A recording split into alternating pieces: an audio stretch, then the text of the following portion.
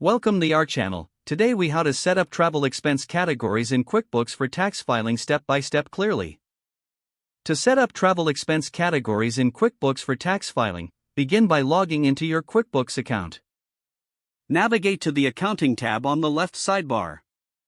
Select Chart of Accounts from the drop-down menu. In the top right corner, click on the New button to create a new account.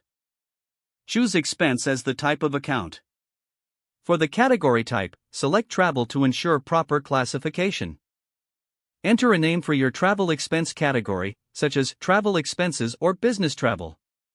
Optionally, you can provide a description. If necessary, select a parent account to group this category under a broader expense category.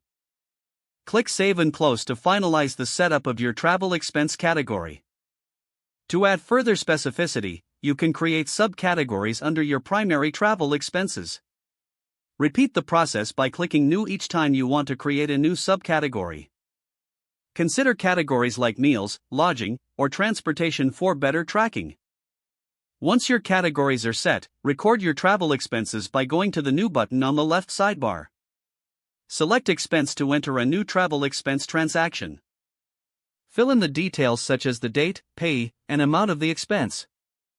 Under the Category section, choose the appropriate travel expense category you created earlier.